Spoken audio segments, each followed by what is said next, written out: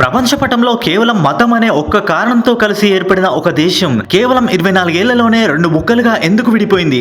అసలు ఒక దేశపు ప్రభుత్వమే తన సొంత సైన్యాన్ని పంపి తన సొంత పౌరుల్ని లక్షలాది మందిని పశువుల కంటే ఘోరంగా ఎందుకు ఊచకోత కోసింది? ప్రపంచ సైనిక చరిత్రలోనే ఎక్కడ లేని విధంగా 93,000 మంది సైనికులను ఒకేసారి మోకాళ్ళపై నిలబడి చేతులెత్తేసి శత్రు దేశానికి లొంగిపోయిన ఆ నల్లటి రోజు వెనుక ఉన్న అసలు రహస్యం ఏంటో మీకు తెలుసా? ఈ రోజు మనం మాట్లాడుకోబోయేది కేవలం ఒక యుద్ధం గురించి కాదు, ఒక జాతి తన అస్తిత్వం కోసం, తన మాతృభాష కోసం చేసిన రక్తాక్షరాల పోరాటం గురించి. ఒకప్పుడు మన పొరుగునే ఉన్న బంగ్లాదేశ్ ను తూర్పు పాకిస్తాన్ అని ఎందుకు పిలిచేవారు? అసలు భారత్ సరిహద్దుల్లో ఉన్న ఆ ప్రాంతానికి వేల కిలోమీటర్ల దూరంలో ఉన్న పాకిస్తాన్ కు సంబంధం ఏంటి? అది ఇప్పుడు ఎలా విడిపోయిందో, మన భారతదేశం ఇందులో ఎలాంటి వీరోచిత పాత్ర పోషించిందో ఎవరో చెప్పని కొన్ని షాకింగ్ హిస్టారికల్ ఫ్యాక్ట్స్ తో పాటు ఈ వీడియోలో మనం క్లియర్ కట్ గా తెలుసుకుందాం. ఎక్కడా స్కిప్ చేయకుండా చివరి దాకా చూడండి. ఈ కథ సరిగ్గా 1947 ఆగస్టులో మొదలవుతుంది. బ్రిటిష్ వారు భారతదేశాన్ని వదిలి వెళ్తూ దేశాన్ని మతం ఆధారంగా రెండుగా విభజించారు. ముస్లింలు మెజారిటీగా ఉన్న ప్రాంతాలన్నీ పాకిస్తాన్గా మారాలనేది అప్పటి ప్లాన్. అయితే ఇక్కడే చరిత్రలోనే అతిపెద్ద భౌగోళిక వింత జరిగింది. అయితే భారతదేశానికి పశ్చిమ వైపున ఉన్న ముస్లిం మెజారిటీ ప్రాంతాలైన సింధు, పంజాబ్, బలూచిస్తాన్ ఉన్నాయి. అలాగే భారతదేశానికి తూర్పు వైపున బెంగాల్ విభజన ద్వారా ఏర్పడిన మరో ముస్లిం మెజారిటీ ప్రాంతం కూడా ఉంది. బ్రిటిష్ వారు ఈ రెండు వేర్వేరు ముక్కల్ని కలిపి ఒకే దేశంగా పాకిస్తాన్ గా ప్రకటించారు. పశ్చిమ వైపున్న భాగాన్ని పశ్చిమ పాకిస్తాన్ అని, తూర్పు వైపున్న భాగాన్ని తూర్పు పాకిస్తాన్ అని పిలిచారు. ఈ రెండు ప్రాంతాల మధ్య దూరం ఎంతో తెలుసా? దాదాపు 1600 కిలోమీటర్లు. ఈ రెండు ముక్కల మధ్యలో మొత్తం భారతదేశం ఉండేది. ఈ రెండు పాకిస్తాన్ల మధ్య ఎటువంటి భూమార్గం లేదు.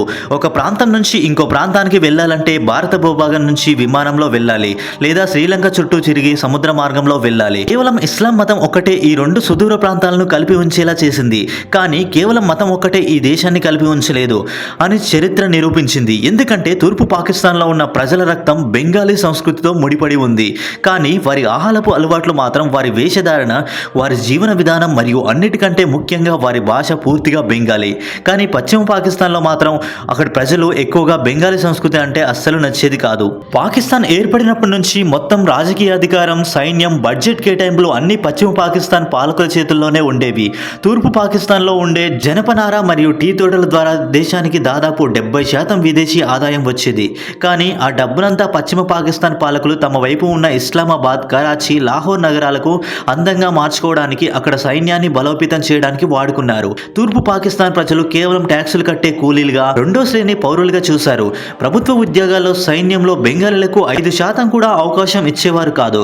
ఈ ఆర్థిక దోపిడీకి ఒక ఎత్తైతే వారి ఆత్మగౌరవాన్ని దెబ్బతీసే మరో పెద్ద తప్పును పాకిస్తాన్ ప్రభుత్వం చేసింది. 1948లో పాకిస్తాన్ వ్యవస్థాపకుడు మహమ్మద్ అలీ జిన్నా ఢాకాకు వచ్చి పాకిస్తాన్ జాతీయ భాష కేవలం ఉర్దూ మాత్రమే అవుతుంది, ఇంకే భాష కాదు అని ప్రకటించాడు. తూర్పు పాకిస్తాన్లో ఉన్న 56% మంది ఆ ప్రజలకి మాతృభాష బెంగాలీ. తమ ప్రాణం కంటే ఎక్కువగా ప్రేమించే భాషను కాదని, కేవలం ఉర్దూలోనే మాట్లాడాలి, రాయాలి అనడంతో బెంగాలీలు తిరగబడ్డారు. 1952 ఫిబ్రవరి 21న ఢాకా యూనివర్సిటీ విద్యార్థులు రాష్ట్ర బెంగాలీ కావాలి అంటూ పెద్ద ఎత్తున రోడ్లపైకి వచ్చారు. అయితే పాక్ సైన్యం, పోలీసులు వారిపై దారుణంగా తుపాకులతో కాల్పులు జరిపారు.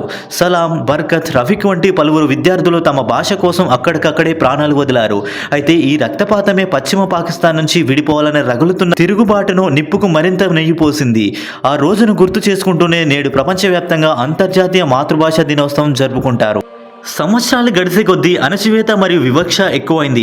ఈ క్రమంలో 1970 డిసెంబర్లో పాకిస్తాన్లో మొదటిసారిగా ప్రజాస్వామ్య పద్ధతిలో సార్వత్రిక ఎన్నికలు జరిగాయి.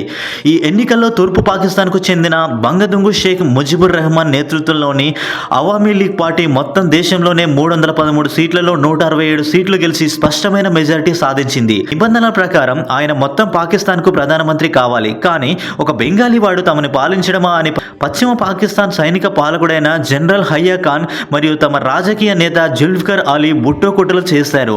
అయితే పార్లమెంట్ సమావేశాలను రద్దు చేసి ముజిబుర్ రెహమాన్ను అర్ధరాత్రి అరెస్ట్ చేసి పశ్చిమ పాకిస్తాన్ జైలుకు తరలించారు. దీనితో తూర్పు పాకిస్తాన్లో అగ్నిపర్వతం బద్దలైంది.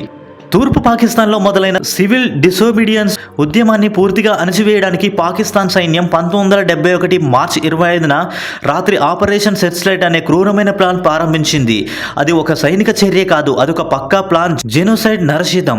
యూనివర్సిటీ ప్రొఫెసర్లను, డాక్టర్లను, హిందూ మైనారిటీలను కేవలం 9 నెలల కాలంలోనే దాదాపు 30 లక్షల మంది అమాయక బెంగాలీ ప్రజలను పాక్ సైన్యం దారుణంగా ఊచకోత కోసింది. ముక్తివాహిని అనే పేరుతో బెంగాలీ యువకులు గెరిల్లా సైన్యంగా ఏర్పడి ఎదురుదాడి చేసిన పాక్ ఆర్మీ క్రూరత్వం ఆగలేదు. దాదాపు 4 లక్షల మంది మహిళలపై క్యాంపుల్లో దారుణంగా అత్యాచారాలు జరిగాయి. ఈ బీభత్సవాన్ని తట్టుకోలేక ప్రాణాలు కాపాడుకోవడానికి ఏకంగా 1 కోటి మంది బెంగాలీ శరణార్థులు సరిహద్దులు దాటి భారతదేశంలోని అస్సాం, పశ్చిమ బెంగాల్ రాష్ట్రాల్లోకి శరణు కోరుతూ వలస వచ్చారు. ఒకేసారి 1 కోటి మంది శరణార్థులు రావడంతో భారతదేశంపై తీవ్రమైన ఆర్థిక, సామాజిక భారం పడింది. అప్పటి భారత శక్తివంతమైన ప్రధాని ఐరన్ లేడీ ఇందిరాగాంధీ దీనికి శాశ్వత పరిష్కారం ఆలోచించారు. ఆమెకి భారత సైన్యాధిపతి ఫీల్డ్ మార్షల్ శ్యామ్ మానెక్షాతో మాట్లాడి ఒక యుద్ధం వ్యూహం సిద్ధం చేశారు. అయితే మొదట భారత్తో అంతర్జాతీయంగా దౌత్యపరమైన మద్దతు కూడా ఉంది. లోపల బెంగాలీ ఏర్పాటు చేసుకున్న ముక్తివాహిని దళాలకి భారత సైన్యం రహస్యంగా ఆయుధాలు, శిక్షణ ఇచ్చింది. ఇవి తట్టుకోలేక డిఫెన్స్ లో పడ్డ పాకిస్తాన్ 1971 డిసెంబర్ 3న భారతదేశంలోని వెస్టర్న్ ఎయిర్ బేస్లను ముందస్తు వైమానిక దాడులు చేసింది. దాంతో భారత్ అధికారికంగా యుద్ధ రంగంలోకి దిగింది. భారత సైన్యం, వైమానిక దళం, నౌకాదళం 3 వైపులా పాకిస్తాన్ ఊపిరాడకుండా చేశాయి. తూర్పు వైపున మన సైనికులు ముక్తివాహినితో కలిసి మెరుపు వేగంతో ఢాకా వైపు దూసుకెళ్లారు. పశ్చిమ వైపున కరాచీ పోర్టును ఇండియన్ నేవీ పూర్తిగా తగలబెట్టింది. కేవలం 13 రోజుల్లోనే పాకిస్తాన్ ఆర్మీ నడుము విరిచింది. వారు పూర్తిగా చేతులెత్తేశారు. 1971 డిసెంబర్ 16న Pakistan lieutenant general AAK Niazi, భారత ఈస్టర్న్ కమాండ్ అధిపతి లెఫ్టినెంట్ జనరల్ జగదీష్ సింగ్ అరోరా మోకాలపై కూర్చొని ఏకంగా 93,000 మంది సైనికులతో కలిసి లొంగుబాటు పత్రం, ఇన్స్ట్రుమెంట్ ఆఫ్ సరెండర్ పై సంతకం చేశాడు. రెండో ప్రపంచ యుద్ధం తర్వాత ప్రపంచ చరిత్రలోనే అతిపెద్ద సైనిక లొంగుబాటు ఇది. ఆ క్షణంలో తూర్పు పాకిస్తాన్ అనే పేరుపై భూమిపై నుండి శాశ్వతంగా తుడిచిపెట్టుకుపోయి బంగ్లాదేశ్ గా కొత్త స్వాతంత్ర దేశం జన్మించింది. చూసారుగా ఫ్రెండ్స్, కేవలం రాజకీయ అధికారం, భాషా వివక్ష, సొంత ప్రజలపై చూపించిన క్రూరత్వం వల్ల ఒక దేశం ఎలా ముక్కలైందో. బంగ్లాదేశ్ ఏర్పడంతో మన భారత సైన్యం చూసిన శౌర్యం, ఇందిరాగాంధీ మరియు శ్యామ్ మానెక్షా తీసుకున్న సాహసోపేతమైన నిర్ణయాల గురించి మీరేమనుకుంటున్నారో కింద కామెంట్ లో తప్పకుండా షేర్ చేయండి. ఈ చారిత్రాత్మక సమాచారం గురించి మీకు నచ్చి కొత్త విషయాలు తెలుసుకున్నట్లు అనిపిస్తే ఈ వీడియోని మీరు వెంటనే లైక్ చేయండి. మీ ఫ్రెండ్స్ అందరికీ మరియు ఫ్యామిలీ ఫ్రెండ్స్ కూడా ఈ వీడియోని తప్పకుండా షేర్ చేయండి. ఇలాంటి మరిన్ని ఇన్ఫర్మేటివ్ మరియు రీసెర్చ్ బేస్డ్ వీడియోల కోసం మన ఛానల్ని ఇప్పుడే సబ్స్క్రైబ్ చేసుకోండి. పక్కనే ఉన్న బెల్ ఐకాన్ని ఆల్లో పెట్టుకోండి. Thank you for watching. జై హింద్.